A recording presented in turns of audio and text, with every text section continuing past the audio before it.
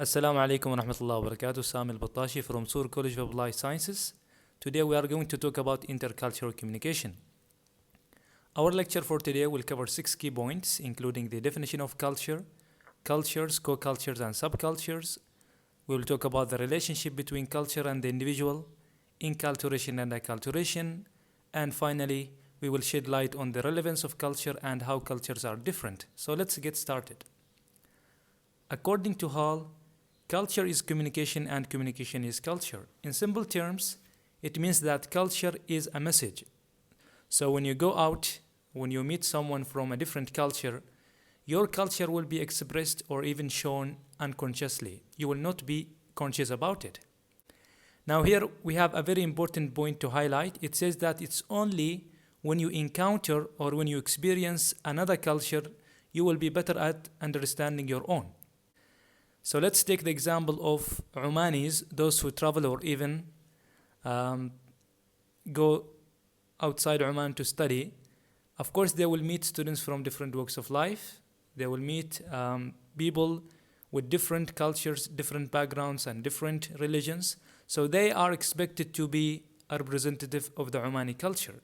Here you have to have a basic understanding and knowledge about the Omani culture. If you don't have it, of course, you will be in a bad situation. So some of them will be interested in learning about Oman and the Omani culture. So you will be pushed or encouraged or motivated to read more about Omani culture. So there is a real need and motivation.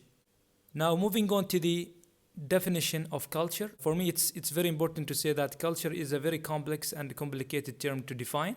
So we can say that culture is basically a group of elements or a combination of elements and ingredients, including values, beliefs, artifacts, which is basically any object that we created to communicate an idea or a message.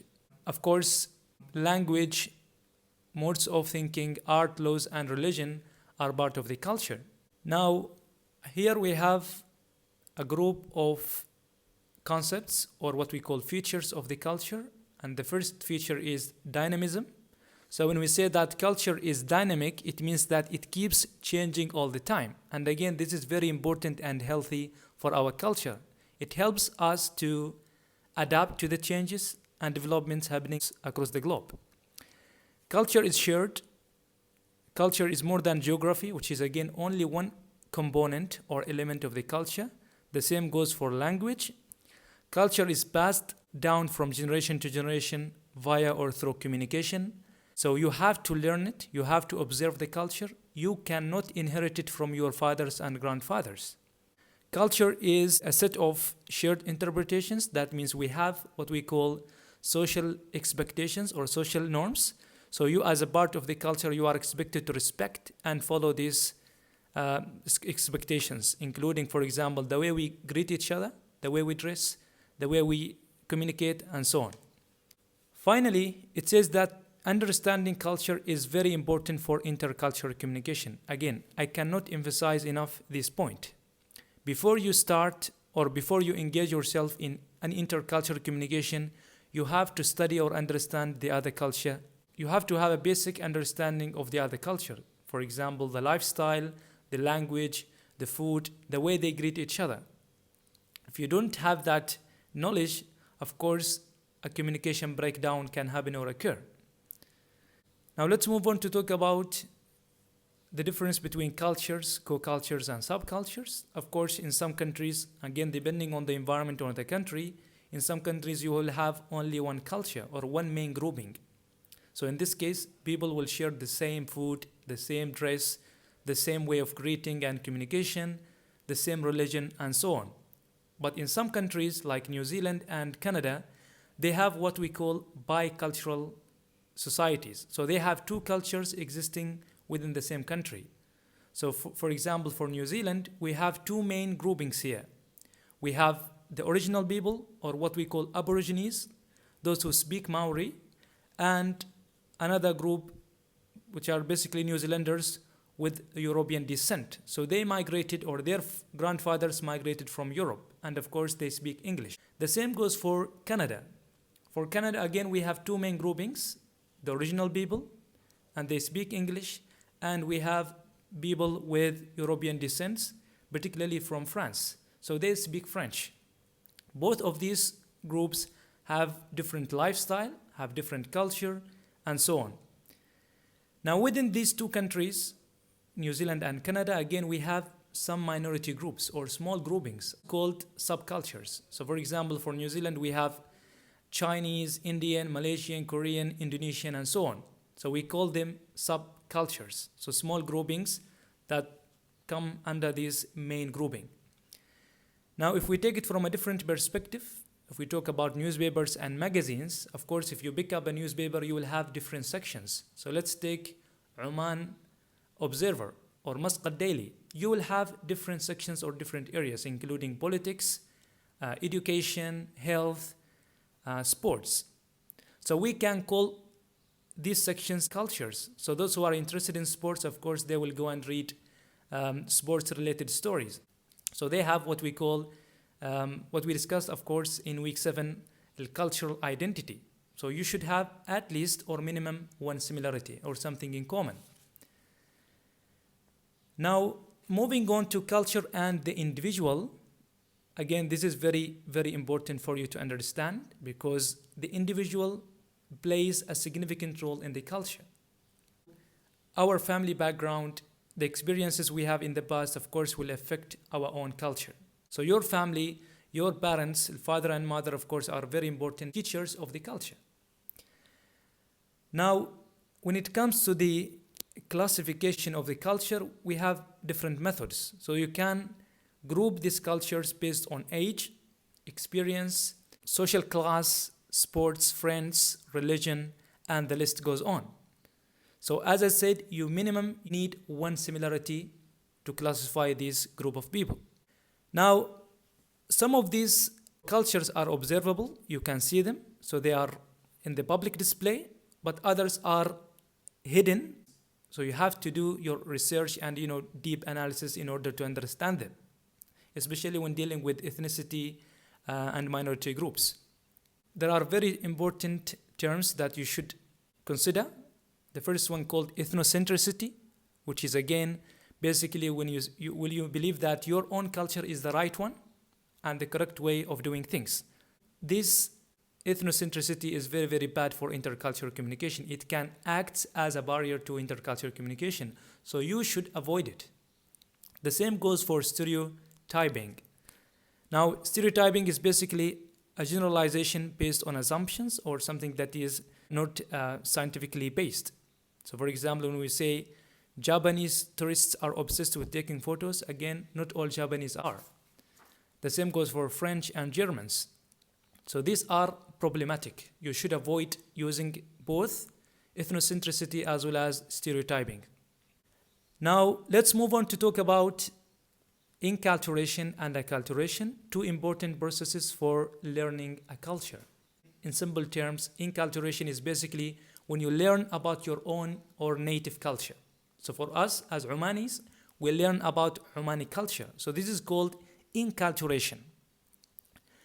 Now here we will develop what we call ethnic identity. You will develop that sense of belonging to the culture. Acculturation, on the other hand, means that when you start reading or learning about a different culture from your own. So let's say if I am Omani, I will learn about the Indian culture. So here we have acculturation. I am reading about a totally different culture. Now let's move on to the relevance of culture. There is a reason why we are studying culture. We know that culture, of course, is dynamic. It keeps changing all the time. And again, as I said before, it's very, very healthy for our culture. Because if we don't have this flexibility and dynamism, of course, that will be very, very bad for the culture.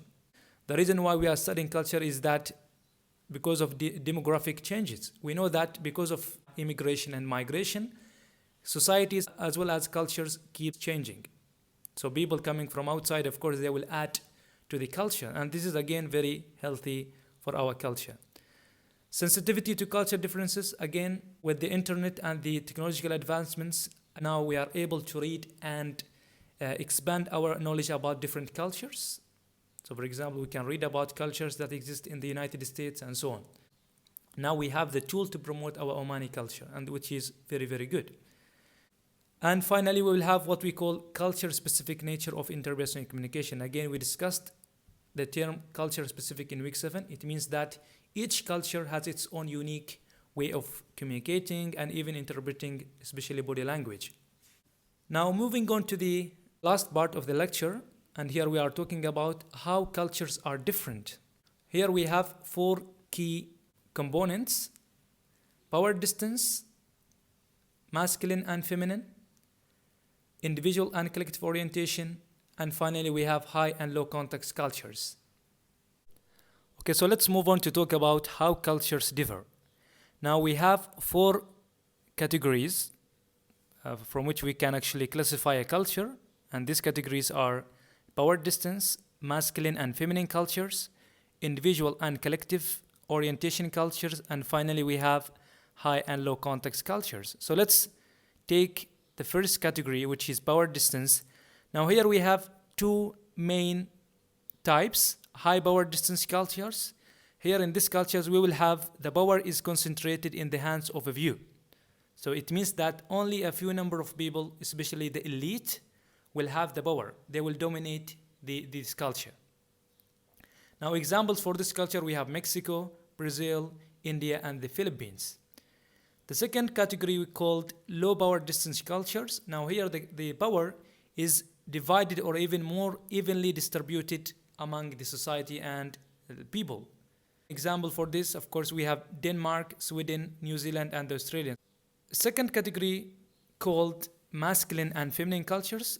So for masculine cultures, here you will have men will be more valued than women. So you will have these traits of power, dominance, and so on. On the other hand, feminine cultures, and here these cultures will value women. They will treat women, of course, equally, and they will focus more into being supportive and relationship building. Let's move on to the third category, which is individual and collective orientation. So in this category, we will have some countries that value the individual, not the society or the whole group. The individual's goals are more important and relevant than the group's or the team's work. So here the focus is only on the individual himself or herself.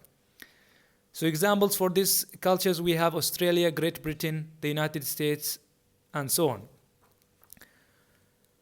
There are a number of characteristics of this culture or type of cultures, including, for example, the success is measured by how far you're standing out from the competition. Heroes, of course, are those who are unique and special.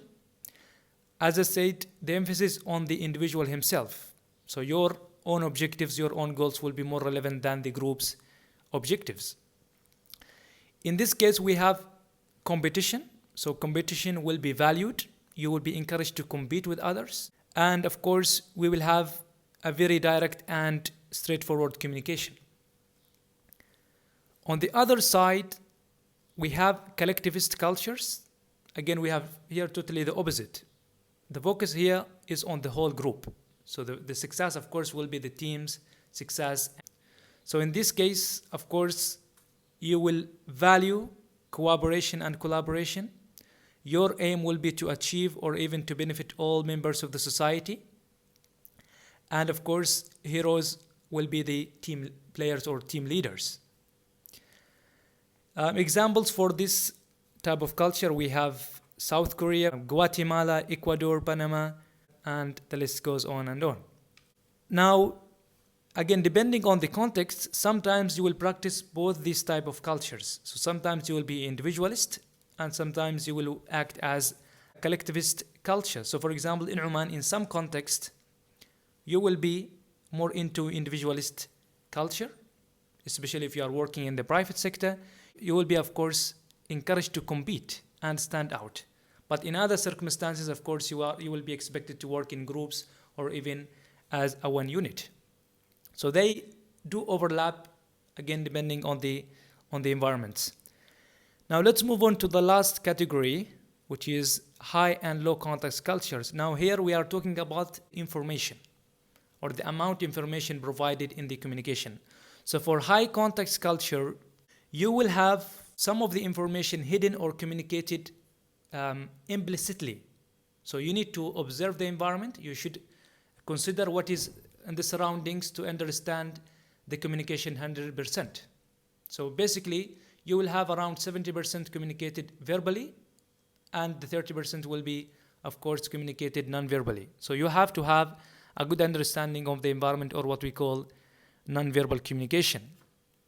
Low context cultures, in this case, the environment will not be that relevant, so the communication will be very direct, very straightforward. So everything will be stated clearly in the verbal message. So you don't need to consider the environment and even to understand what is going on in the surroundings.